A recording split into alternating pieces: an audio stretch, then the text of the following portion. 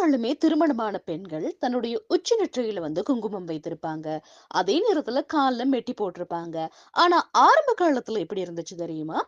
ஆண்கள் தான் கால்ல மெட்டி அணிந்திருந்தாங்களாம். ஆனா இது பிற்காலத்துல பெண்களுக்கே உரித்தான பண்பு அப்படிங்கிற ஒரு வகையில மாற்றம் அடைந்திருக்குதுங்க. இந்த பழக்கம் ஏன் வந்துச்சு அப்படின்னு சொன்னா, ஒரு பெண்ணானவள் திருமணமான பிறகு உச்சி நெற்றியில பொட்டு செல்லும் பொழுது, எதிரே வரக்கூடிய ஆண் புரிந்து கொள்வாராம்.